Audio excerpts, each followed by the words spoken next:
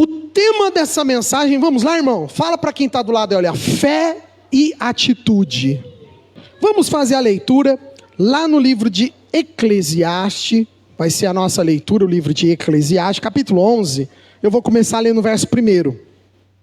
Gente, é um capítulo interessantíssimo, que tem muitas traduções, a gente vai estudar um pouquinho dele, tá? Vai ter um pouco de contexto teológico, mas é muito interessante.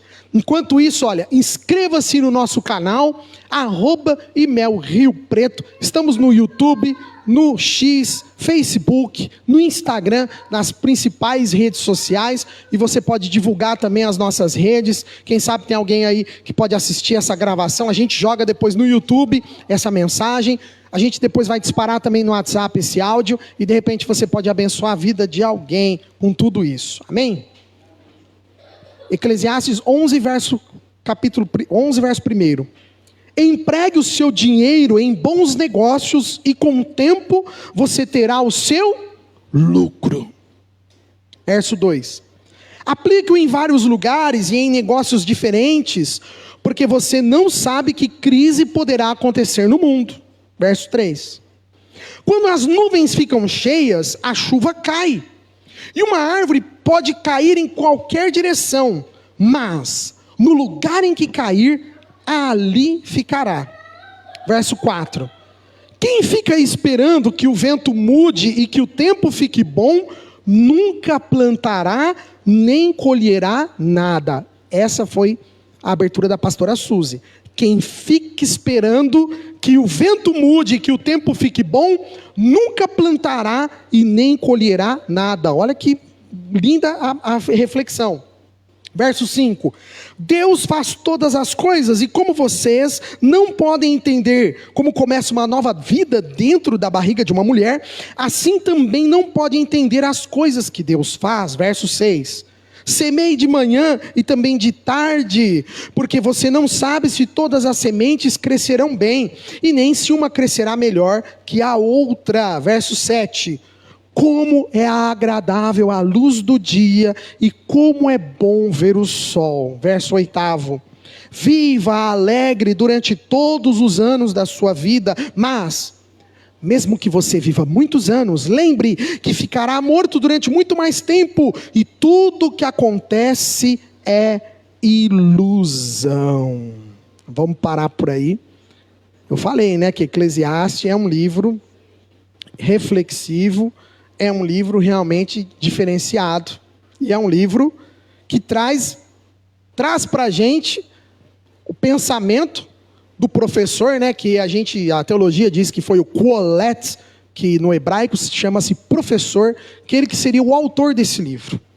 A tradição da igreja, lógico, né, atribui esse livro a Salomão, mas alguns teólogos explicam que não foi tão somente Salomão, mas foi um aglomerado de pensadores, e por isso que chama, no hebraico eles deram o nome de Qoheleth, que Qoheleth significa justamente professor.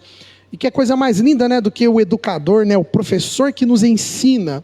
E assim Qoheleth, nesse capítulo 11, que na minha Bíblia Nova Tradução, colocou um subtema como conselhos práticos. Eu não sei como que está na tua aí, é conselhos práticos, né? Está na minha também aqui, o subtema. O professor ensina para nós aqui muitos conselhos. Depois eu faço até um desafio de você ler o capítulo 11 todo. Eu mandei hoje no grupo dos obreiros, né, no grupo da equipe musical, para eles lerem o Eclesiastes 11. Eu faço um desafio para você de casa. Leia durante essa semana todo o capítulo 11 com calma. Dia a dia você vai lendo um trecho. E a gente vai fazendo uma reflexão muito bonita, muito maravilhosa.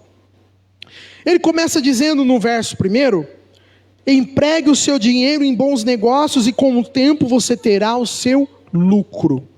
Talvez você não tenha a NTLH e talvez você tenha a Almeida Revista Corrigida Fiel, que ela diz assim, olha que legal, é mais próximo do original, né, do hebraico.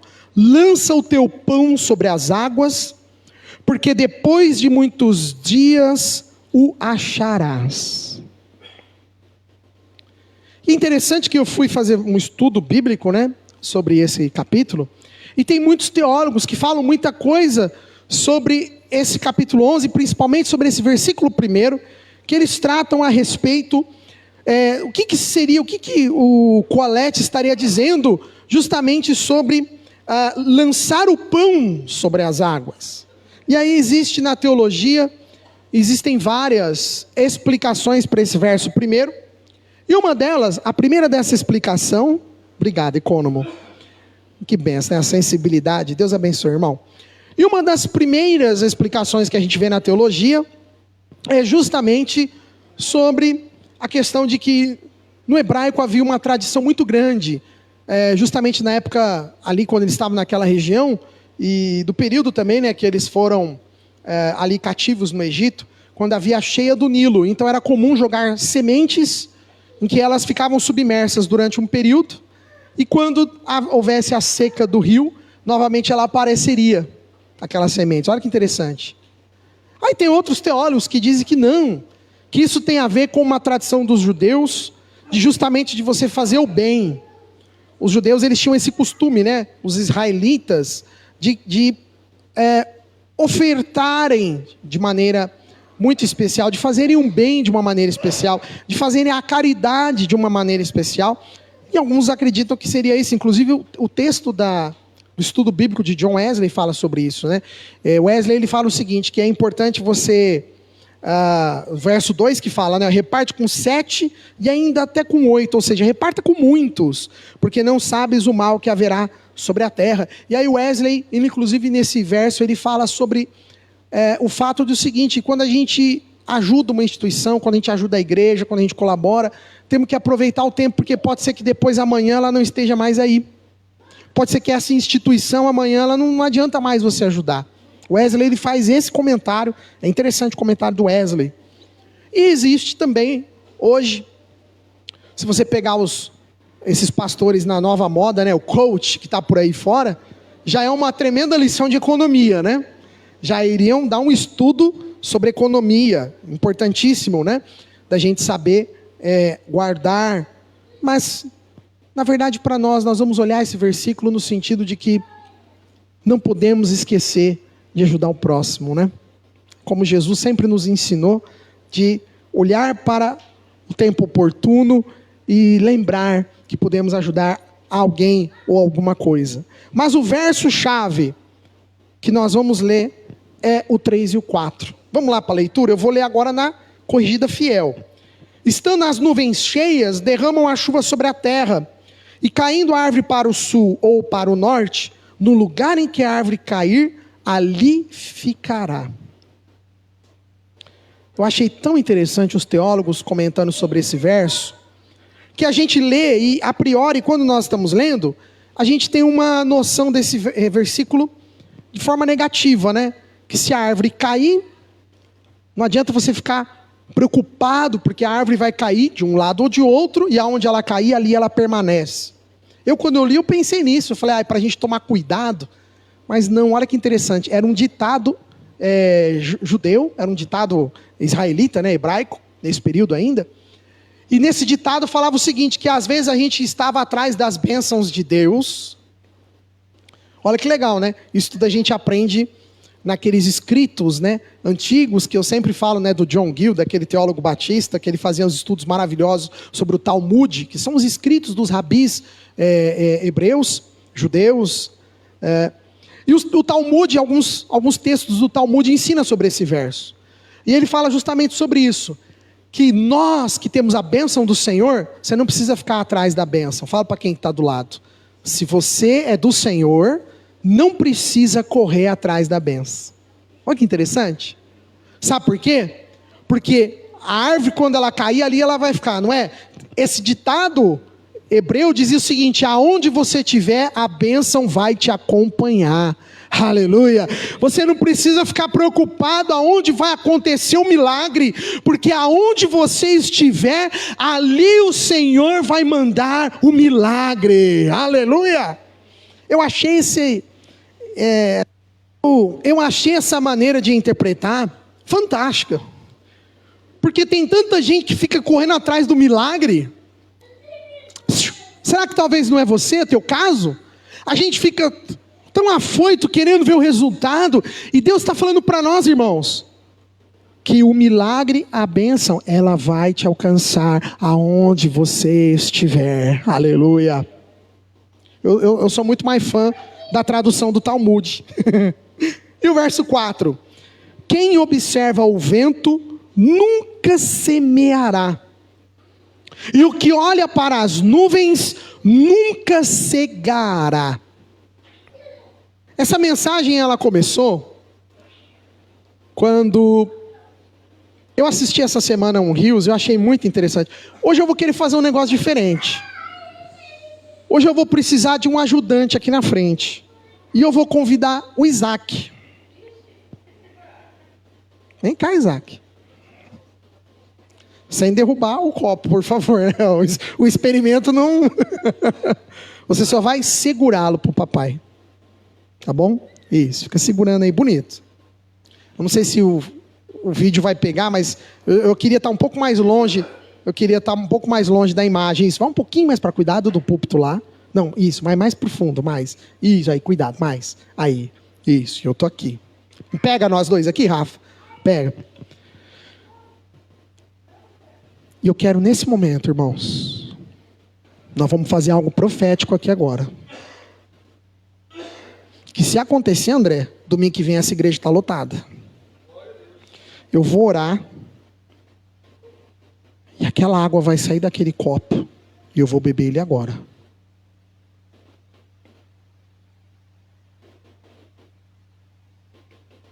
Você entendeu, irmão? Eu vou orar. E a água que está naquele copo, ela vai vir aqui agora. Eu vou beber aquela água. Senhor nosso Deus, eu creio que agora essa água vai começar a vir saindo desse copo. E eu posso ficar aqui a semana inteira orando, pedindo a água sair desse copo. Eu posso ficar o ano inteiro orando aqui, pedindo para essa água sair desse copo. E Deus não vai operar. Aí sabe o que o pastor no vídeo mostra? Ô, minha benção, você não estava no vídeo não, viu?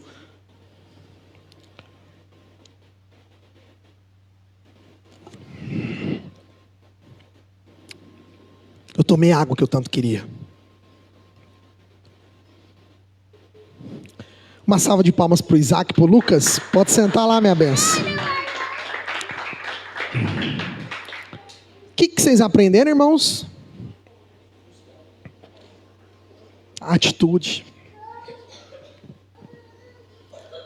Mas foi muito interessante, porque o vídeo começou, o cara orando na água. Eu falei, rapaz, se essa água sair daquela garrafinha e for na boca do cara, aí eu vou ter que ir lá para ver também. E o rapaz orando, mas orando sério mesmo, fez uma oração bonita de uns 25 segundos assim. Eu falei, ixi, rapaz. E aí quem estava segurando a coisa começou a tremer a mão assim. Falei, tá agindo o Espírito Santo, tá agindo. Aí eu falei assim, isso é montagem, quer ver que a água vai sair do copo. Vai... E aí de repente o cara para a oração e ele vai lá e pega a água e toma. O que nos ensina, irmãos? Ensina que no mundo espiritual há horas em que nós realmente vamos orar e clamando a Deus. Mas há momentos em que nós vamos precisar tomar atitudes. Realizar ações, como o doutor disse, ter ação. Por isso que a mensagem é fé e atitude. E nada mais bonito do que esse texto que eu vi aqui em Eclesiastes, eu fiquei impressionado. Quem observa o vento nunca semeará, e o que olha para as nuvens nunca cegará. Irmãos, quantas vezes nós ficamos assim o ano inteiro, orando para que Deus faça algo, quando na verdade Deus quer que nós nos levantemos e que nós vamos lá e façamos. Não é de pensar? Atitudes. Hoje foi assim. Chegou de manhã, eu mandei os louvor, a primeira coisa que eu falei, Isaac, vai lá no piano, filho, ensaiar. Não vai adiantar, Isaac, se você não for lá ensaiar, vai chegar lá na hora do ensaio do louvor, você não vai saber nada. O Isaac podia ajoelhar lá no sofá, orar, falar em línguas, clamar a Deus, pedir unção. Ele podia fazer tudo isso. Que benção se você tivesse feito, hein, Isaac? Mas não fez, né? Ele podia, mas não adianta. Se ele não pegar o piano, pegar os livros e estudar. Está entendendo? E nós cristãos temos o costume de misturar muito a espiritualidade no nosso dia a dia. Irmão, somos seres espirituais? Claro, com certeza. Paulo diz para nós, né, que somos seres espirituais. A Bíblia ensina: aquilo que é nascido da carne é da carne, aquilo que é nascido do Espírito é do Espírito. Somos seres espirituais. Entretanto, muito embora, todavia, contudo, porém, nós continuamos também sendo seres materiais. Nós ainda vivemos na terra, nós ainda estamos aqui.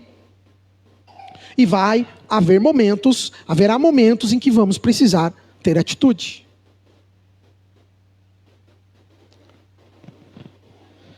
Hoje eu peguei um estudo de um teólogo chamado John Trapp, que é um anglicano inglês, século 17, inclusive ele faleceu talvez 1669, obrigado meu jovem, Deus abençoe Isaac, ele faleceu em 1960 e pouco. E o John Trapp, eu fiquei estudando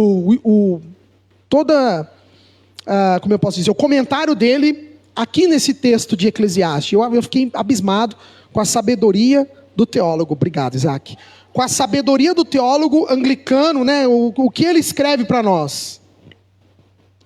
E ele já começa dizendo que no verso 1, o homem generoso dá o seu pão aos pobres. É um ditado do próprio Salomão.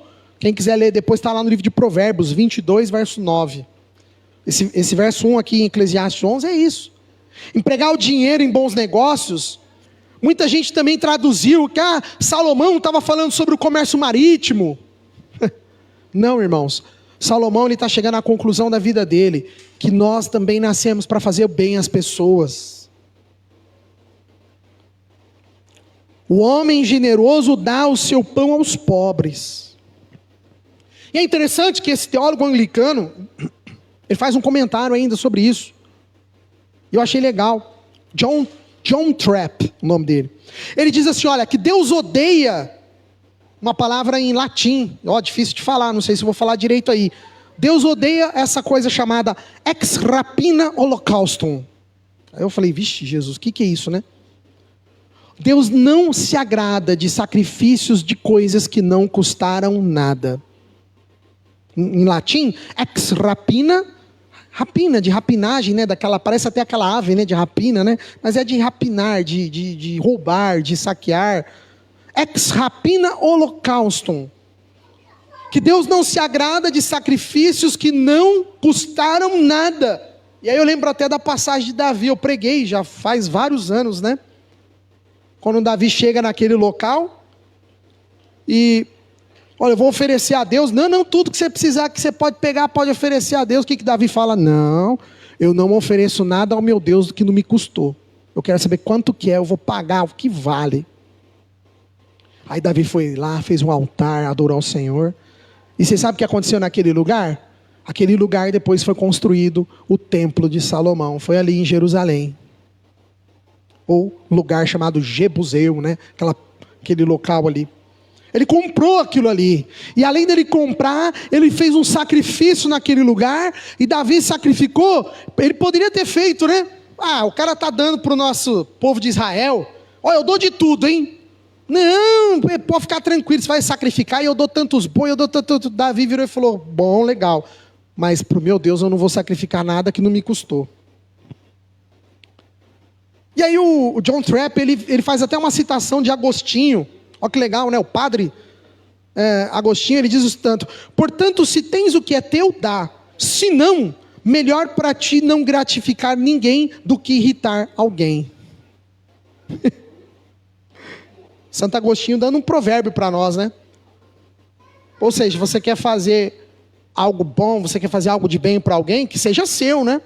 Não vai fazer com algo que é dos outros. E aí o John Trapp, ele fala sobre Henrique III. E eu não lembrava dessa parte da história. O Henrique III foi um terrível rei inglês, opressor. E ele manda uma carga para os frades menores de frisos, né? Provavelmente deve ser roupas, eu não sei. E aí os frades descobrem que tudo aquilo ali, o Henrique III tinha pego dos pobres. Não custou nada para o reino. E mandou para os frades lá, para a igreja. Ah, usa aquilo ali que tá bom para os frades. Aí o que os frades fizeram? Devolveram e ainda escreveram para ele: ó, a gente não quer esmola do que não vale nada, não. A palavra hebraica significa esmola. Propriamente significa justiça. Olha que interessante. No hebraico, tanto a palavra esmola e justiça são significados próximos, importantes. E aí tem uma coisa legal que o John Trapp, eu já estou encerrando, ele faz um comentário ainda sobre a gente ofertar e a gente contribuir, a gente dar o nosso melhor. E ele fala sobre os judeus que tinham uma caixa de esmolas, que no hebraico, eu não sei falar hebraico, irmãos, então às vezes não vai estar certo a pronúncia. Kupashel Tzedekah, que é baú da justiça. Tzedekah, eu lembro um pouco, vem lá de um Deus da justiça, tal, que tem, né, Tzekenu. Aí eu lembrei, falei, é bem parecido. Agora, Kupashel, eu acho que é Kupashel ou Kufashel, eu não sei como que pronuncia. Baú da justiça. O povo hebraico, eles tinham esse costume de colocar ali o pão integral naquele local para ali. É um baú da justiça, uma caixa de esmolas para ajudar o próximo, para fazer o bem para o próximo. Essa recomendação aqui de Eclesiastes, ela fala para nós que ela é totalmente clara. E inclusive tem um provérbio árabe que fala sobre isso, né? Lança o teu pão sobre as águas, mas no sentido justamente na prática de você ajudar o próximo. Porque quando você põe um pão na água, o que acontece com o pão? Ele vai dissolver, né? Ele vai, com pouco tempo ali, o pão vai sumir. Então, lançar o pão sobre as águas, eu também entendo que é isso, é a gente fazer o bem, a gente ajudar alguém. E é interessante que nesse versículo, o professor, ele fala para nós: não espere o tempo oportuno. Fala para quem está do lado. Tem alguém em casa com você? Fala para essa pessoa que está do lado e olha, quanto tempo você já está esperando? Pergunta para ela. E aí? Eu vou ler de novo o verso 4. O verso 4 é a chave da mensagem. Quem fica esperando que o vento mude e que o tempo fique bom, nunca plantará e nunca colherá nada. Irmãos, às vezes nós ficamos esperando, ficamos à mercê de acontecimentos.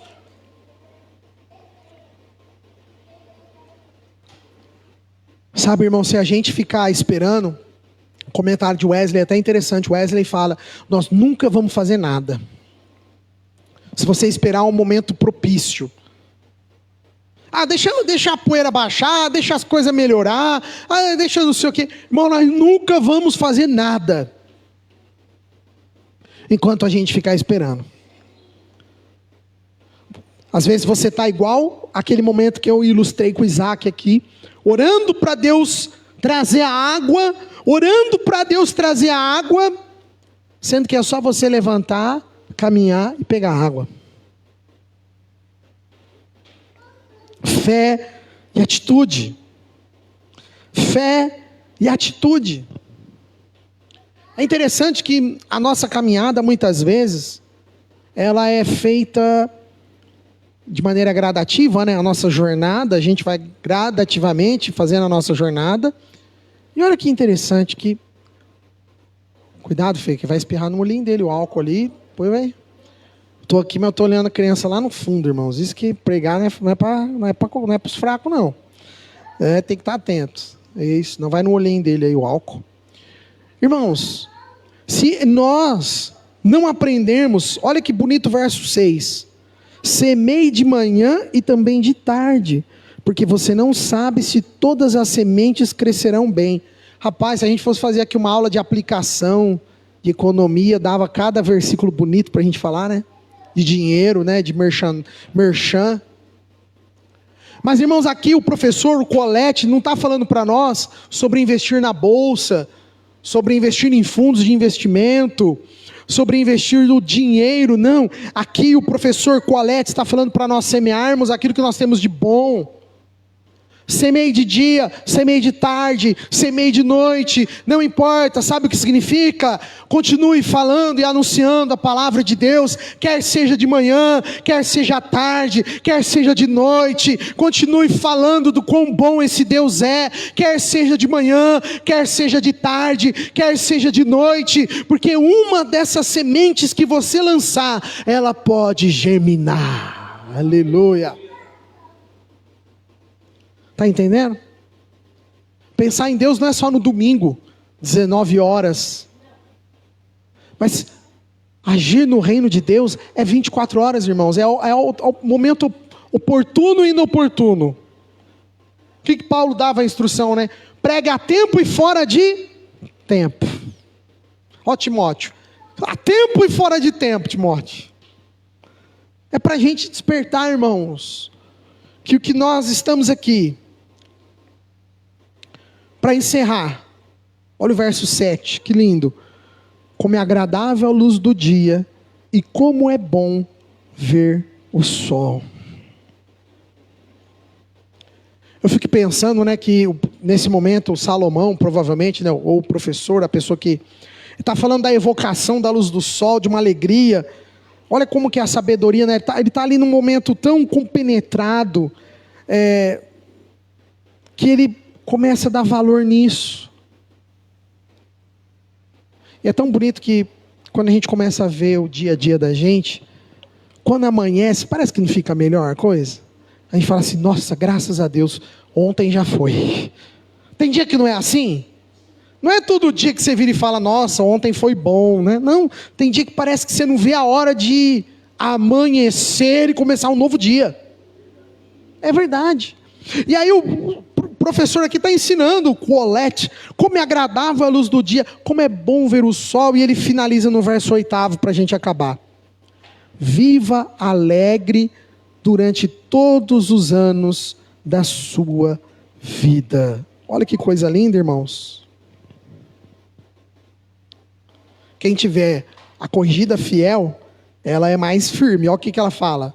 Se o homem viver muitos anos, e em todos eles se alegrar, também deve se lembrar dos dias das trevas, porque hão de ser muitos.